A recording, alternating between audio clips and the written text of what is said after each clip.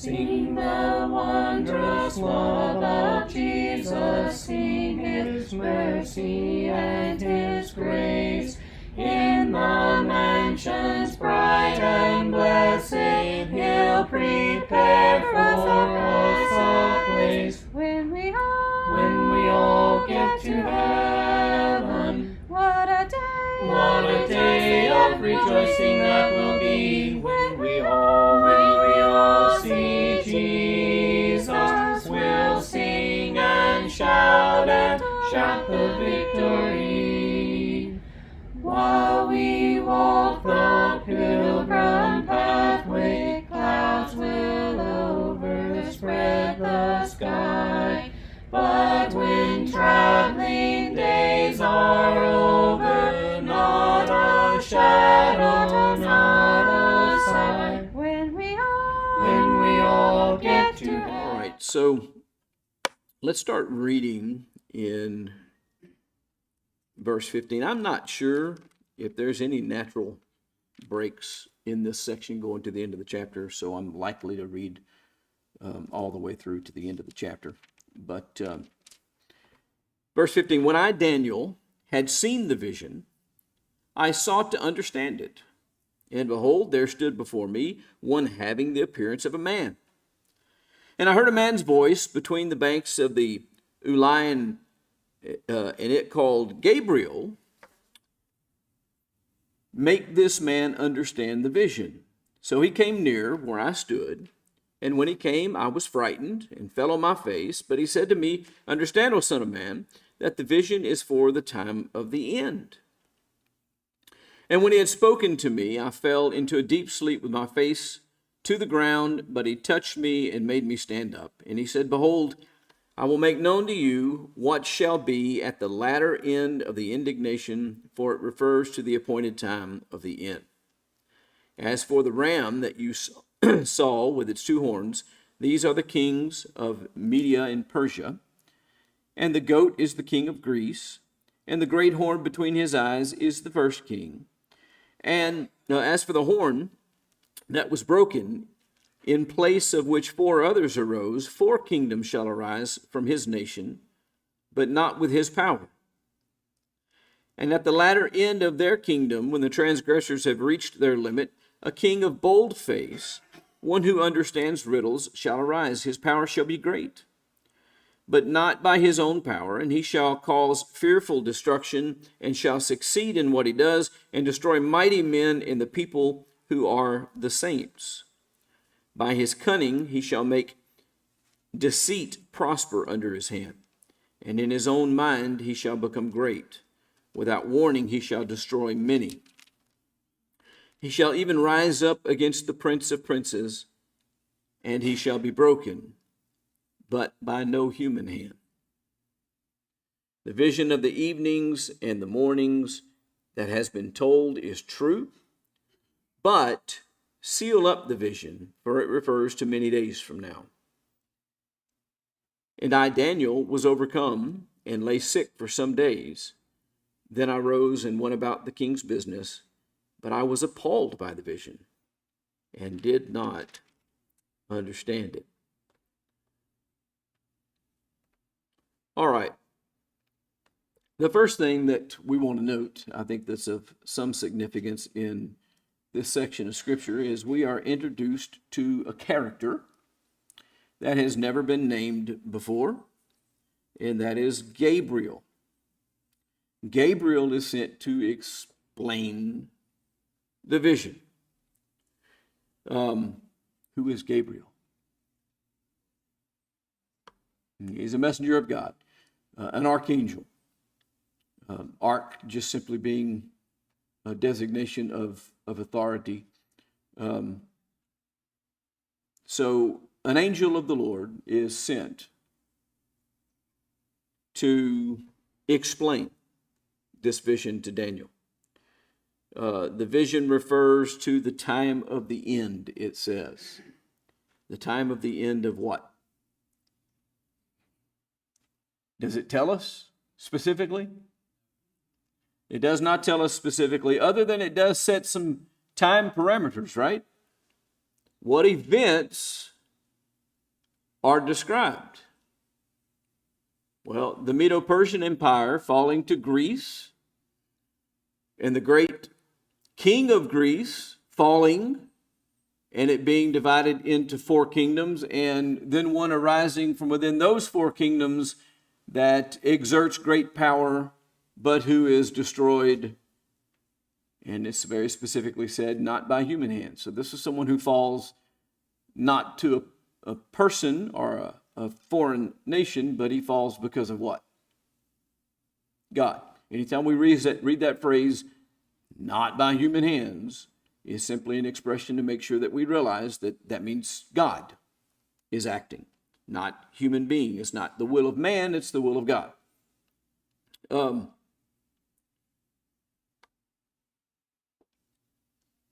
This is not the end of all history. It is the appointed end of the oppression which is described. And that oppression being, he makes it clear, this little horn that rises is going to just exert great power, destructive in nature, suppressive in nature. Evil is going to reign. Deceit is going to reign, all by his approval. All of those things are going to come to an end. How they're going to come to an end, that's actually the important part of this. Again, he doesn't go into a great amount of detail about the mechanism other than to say to us what? Yeah, it's not by human hands. God is going to bring this to an end. And I do believe that that is the primary thing that we need to understand. A lot of times, well, I'll hold that comment back for a moment and we'll get into it later. What does it say about Daniel's reaction to this event? So he's had the vision, and now he has this conversation with an angel, because it says, I sought to understand it. That's where he starts. I've had this vision, I sought to understand it, and behold, there stood before me one having the appearance of a man, and I heard a man's voice between the banks, calling Gabriel, make this man understand the vision.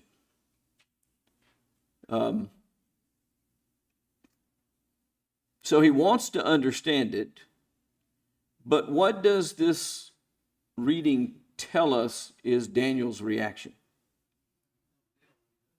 Okay, he becomes ill. That's the first thing. For days, some number of days, and he doesn't understand it. Now, what this does is it illustrates the weight of this prophetic vision that he's just had on him and on his person. There's a common expression. Used to hear it a lot more when I was a kid than I do now, probably because I needed to hear it a lot more then than I do now. But you're going to worry yourself sick. My mother, my grandmother, other people like that you're going to worry yourself sick. What do they mean by that?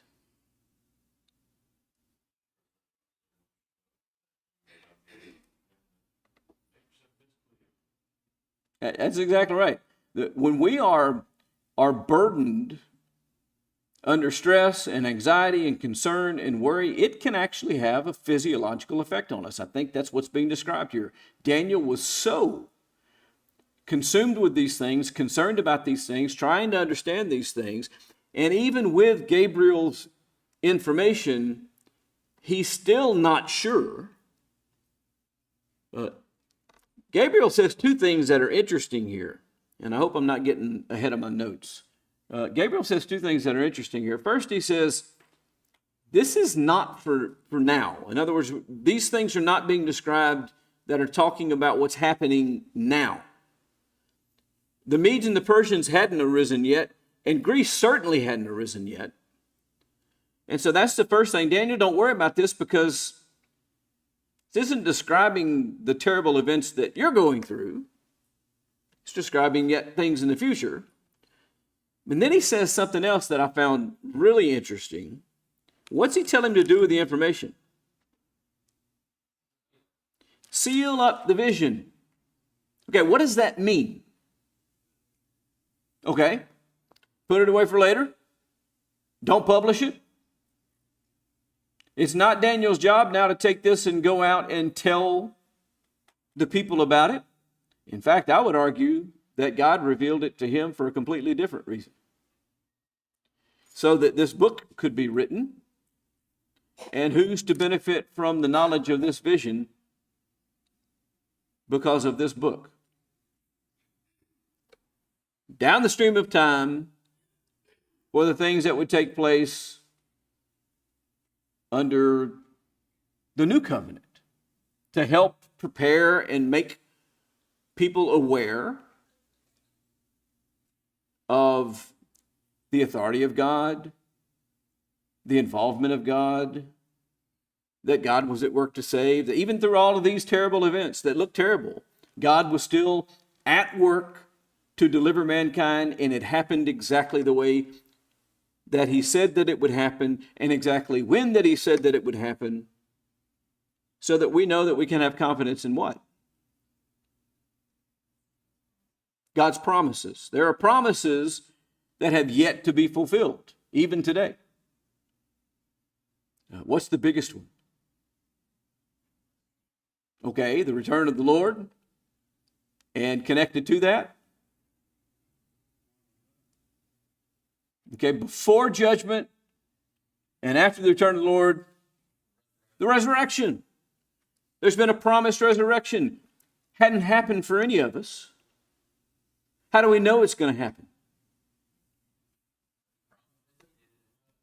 Because he has this kind of authority.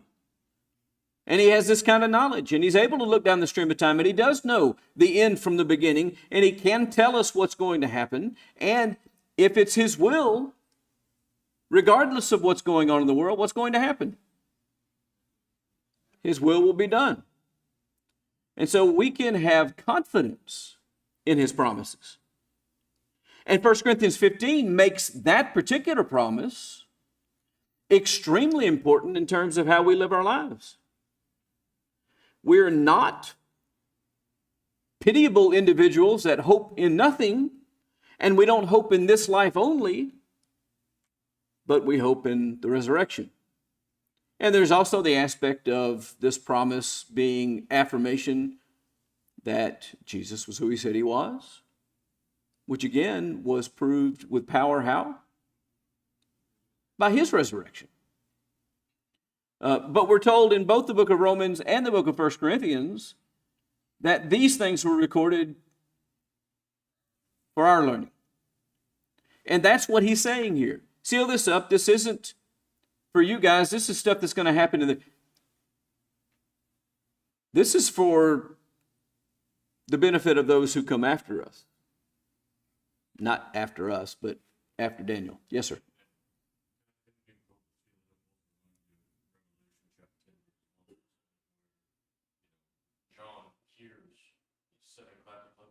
Sealed it up, but he's given the express command not to write down, which is not what we see in Daniel. We see that he's allowed to write down.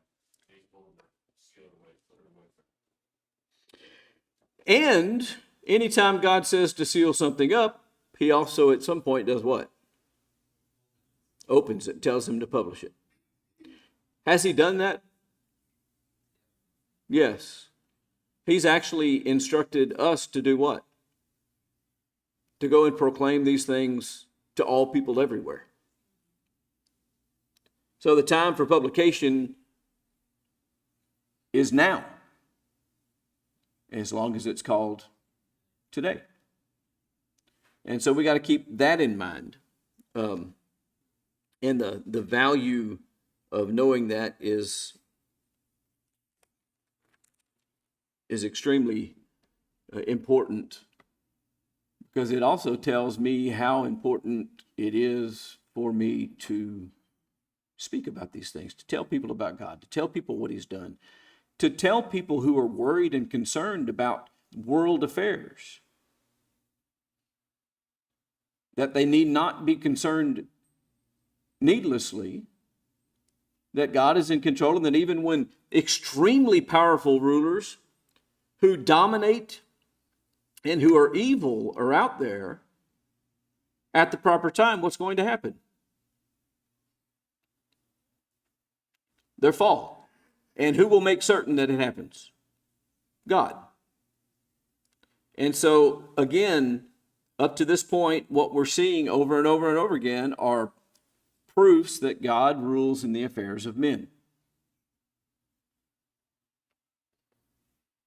Understanding God's sovereignty can be overwhelming, but ultimately it should strengthen our faith. Is God dependent upon me to solve all the world's problems? No, and that's a good thing, because if the world depended upon me to solve all of its problems, we would be in desperate trouble. Luckily, that's not the case. Even when evil seems to triumph, believers know what?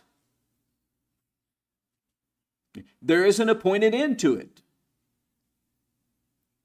And that is sure. That is completely the point of the book of Revelation. The entirety of the point of the book of Revelation is so that we understand that no matter how bad it gets, how terrible it looks, how much it looks like evil is winning out over good, there is an appointed time of an end, and who wins? Good. God reigns. On the backside of this, God wins. Living life is kind of like watching a football game that we already know the score of. We already know how the thing turns out. What we're actually watching is the process to get it there.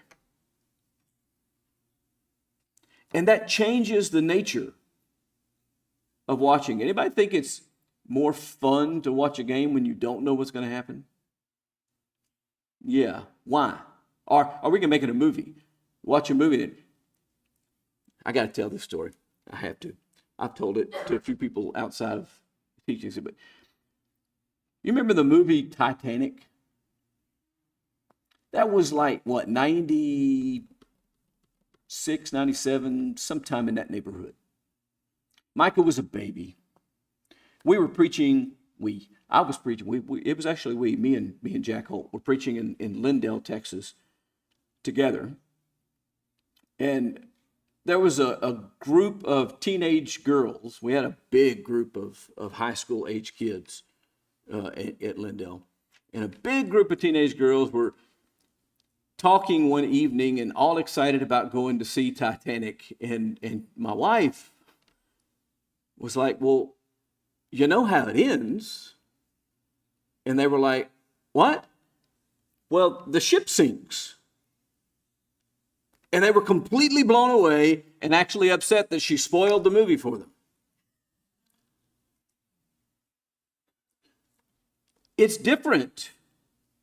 It's less anxious and worried. There's less drama when you're watching something and you already know what's going to happen.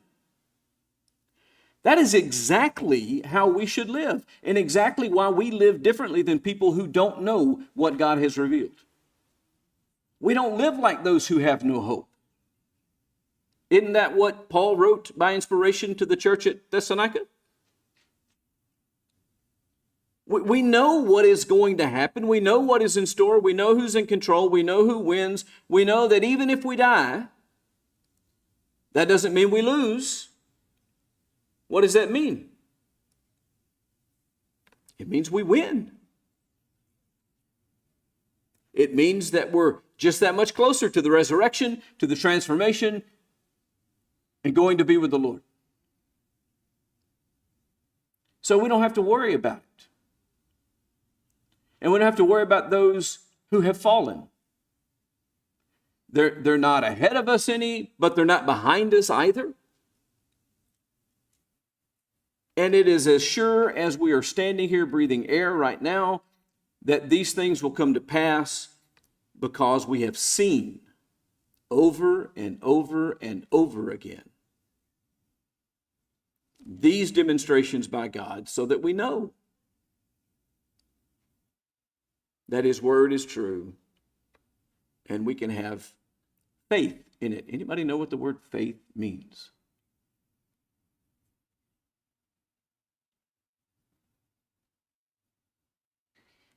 Anybody want to take a stab at what the word faith means? All right, that is a direct quote out of the Bible.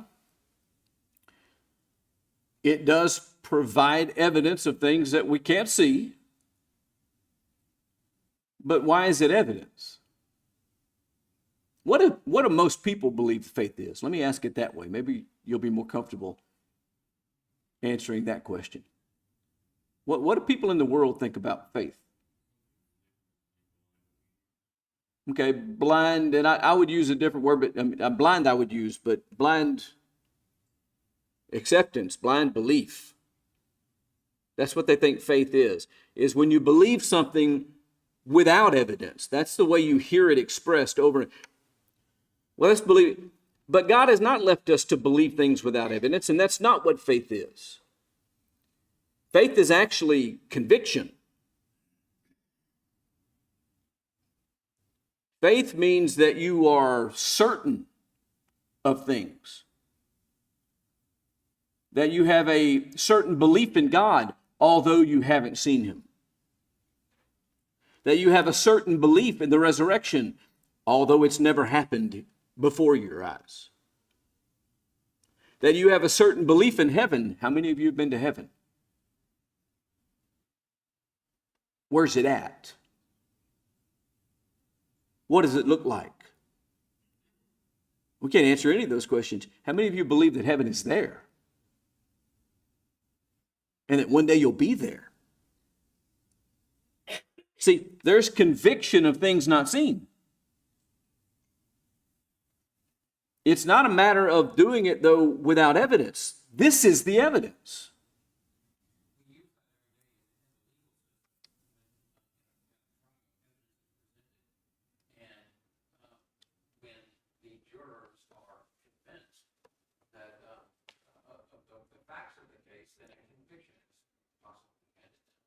Absolutely. And how many of those jurors saw the events with their own eyes? But was their conclusion based on evidence? Yes. It's the same principle. They came to a conclusion based upon the testimony that was given. And by the way, we need to make clear about this as well. Not all of the evidence that's presented in a court is photographic or physical, or a lot of the evidence. In fact, I would argue that most of the evidence that's presented in court is what? Testimony. Which is exactly what this is. A record of testimony in which we draw conclusions about things that we are not present to see. That doesn't mean that we're drawing these conclusions baselessly or without evidence. It simply means that we weren't there. None of us saw Jesus ascend into heaven. But what we do have is the testimony of the men who did see it. And then you got to ask yourself the question when you read that testimony, are they believable? Is there reason to trust what they have to say? Were they actually alive when they claimed to be alive? Were they actually in the place that they claimed to be? Does the testimony ring true? All of the same things that we do in the courtroom when a witness stands up there and talks. We listen and we decide whether or not they are reliable. And we're helped along in that journey, by the way, by the advocates on either side who are either providing reasons to have confidence in what they have to say or raising questions. And then you decide, okay, was this person there? Did this person see something? And is their description of what they saw consistent with what we know otherwise? And if the answers to those questions are yes, then you have a reliable, believable witness, which becomes the basis upon drawing conclusions. That is exactly what the Bible is. But if we don't take the time to hear the testimony, then can we draw a valid conclusion? Now, I'm glad you brought up the court system, because there's a lot of parallels in the court system and what we're talking about here. This is very important, extremely important. In the court system, if I come up and say to you, well, I don't know what Greg said, I wasn't there, but I was told that Greg said, what would be the case of my testimony? It would be worthless. That's hearsay. This is important, because I don't want anybody to have faith in God based upon what I say the Bible says. What I say that Paul wrote, what I say that John wrote, what I say that Peter wrote. I want you to go back and do what? Reference their testimony. I'm going to say this is what I believe to be true based upon this testimony, and this is where we get into a slightly different illustration, and we're going to make this a college setting, and this is now a paper that I'm writing. And I am saying this is what I believe is true, and I believe it's true because this person says this, and this person found that, and this person identified that. You don't take my paper and say, oh, okay, it's true. What do? You go back to the sources that I cite and see if they say the things that I say that they said.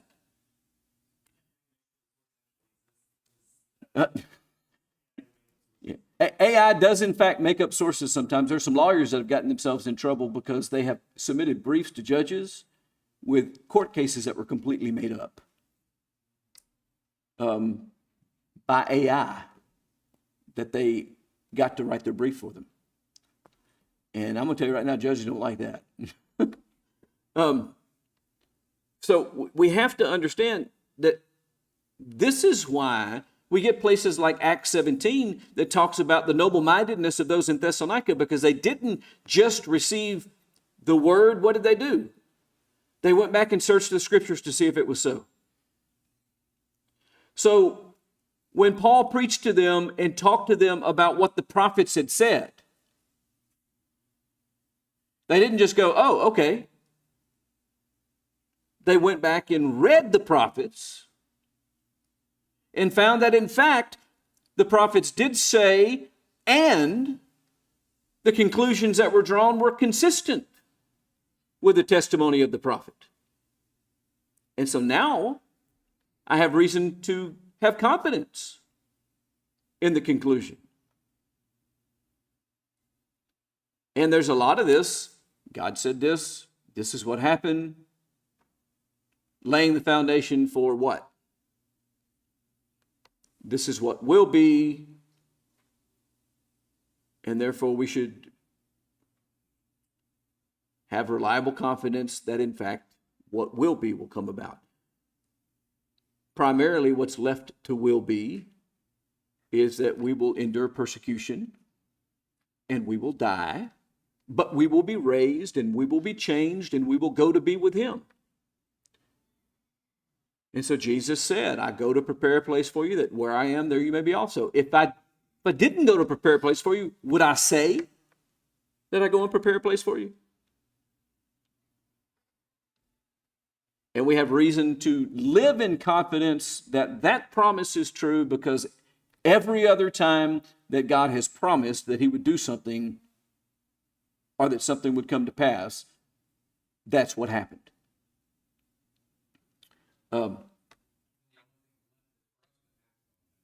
Right.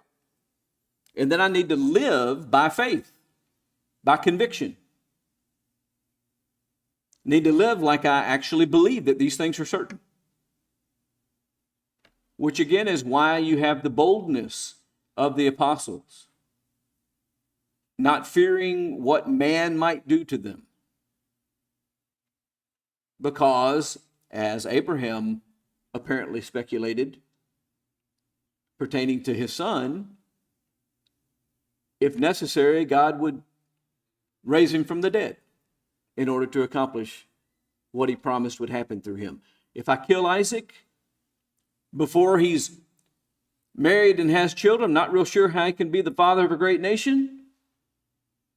But God said it was going to happen, so I know it's going to happen. So if God has to raise him from the dead so it can happen, then that's what's going to happen. That's the argument that we find out that Abraham made in his own mind from Hebrews 11. We're not told that at the time in the Genesis account, but when Hebrews 11 talks about those events, that's exactly what it says.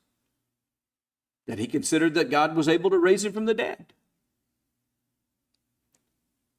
That is living with confidence that the promise that you've received is going to turn out exactly as God has said. One of the places that I always go to talk about this and teach this is Acts 27, and that ship travel that the Apostle Paul is on, where this terrible storm arises. It lasts for over 14 days. They're throwing the ship's tackle overboard. They're throwing all the food overboard. They're trying to make the ship as light as possible because they're terrified that it's going to capsize and sink in the storm. And God tells Paul, don't worry about it.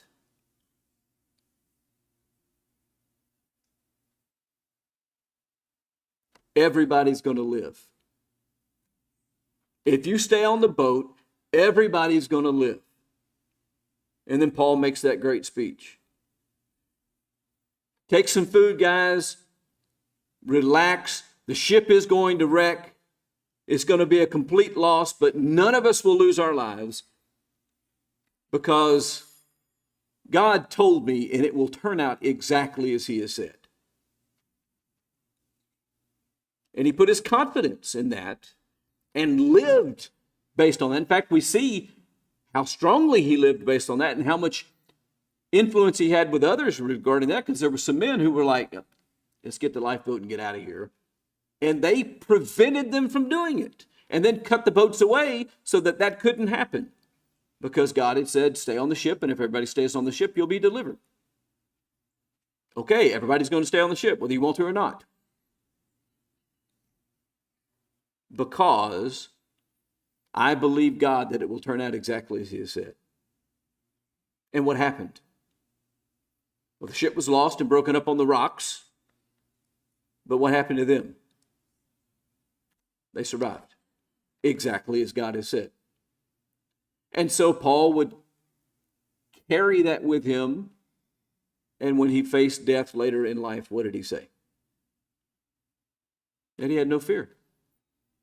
For I know whom I believed and am persuaded that he's able to keep what I've entrusted to him against that day. This is foundational reason for us to have that kind of confidence in God and what he has said and the promises that he has made. We need to live with that same assurance. History moves toward divine fulfillment under the Prince of Princes. What's he also called besides the Prince of Princes? The King of Kings and Lord of Lords. The supreme authority.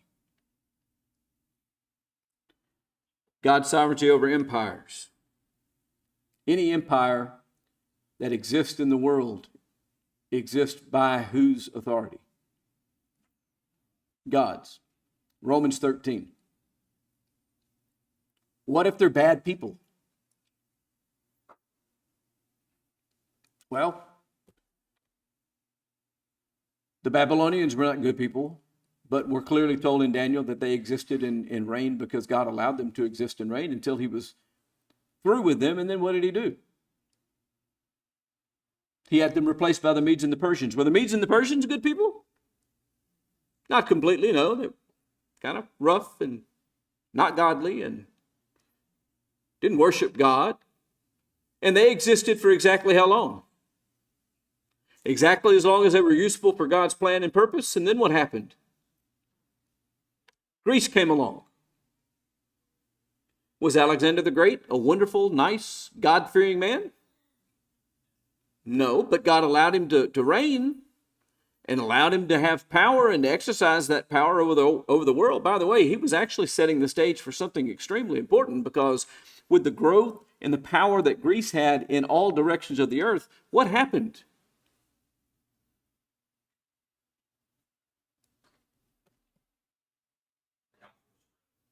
Well, everything was prepared for the gospel to be written, because every nation began to speak a common language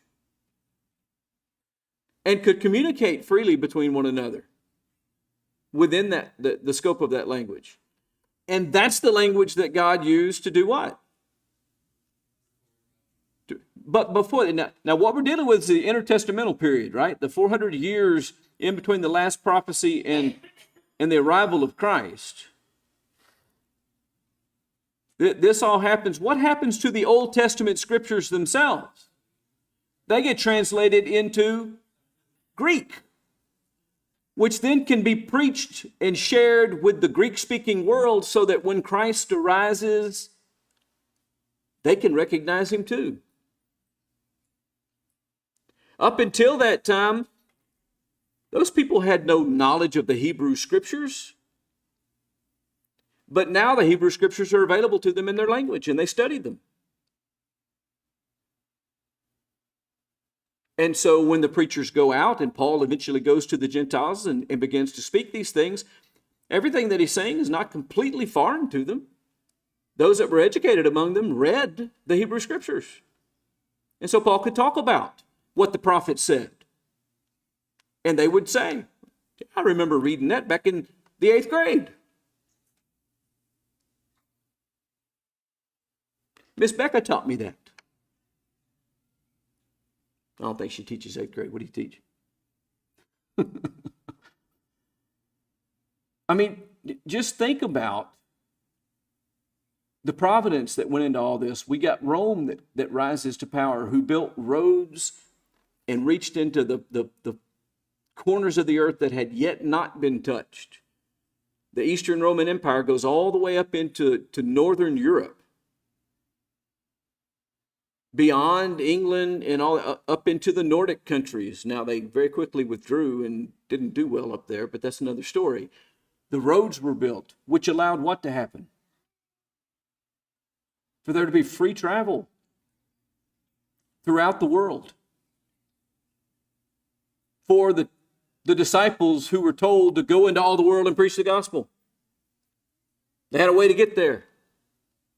A sort of safe way to get there.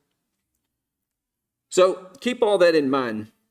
There's some faithfulness and oppression things here. There's some foreshadowing about an ultimate deliverer that is set forth in this vision. That's talking about Christ. That's messianic in nature. There's going to be this one that ultimately comes. And therefore there is this enduring hope for all believers. The Lord wills, next time we'll look at Daniel 9.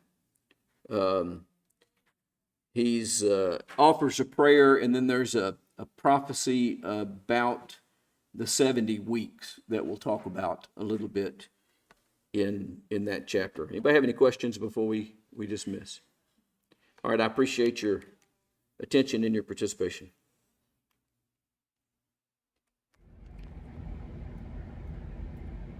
Sing the wondrous love of Jesus, sing his mercy and his grace.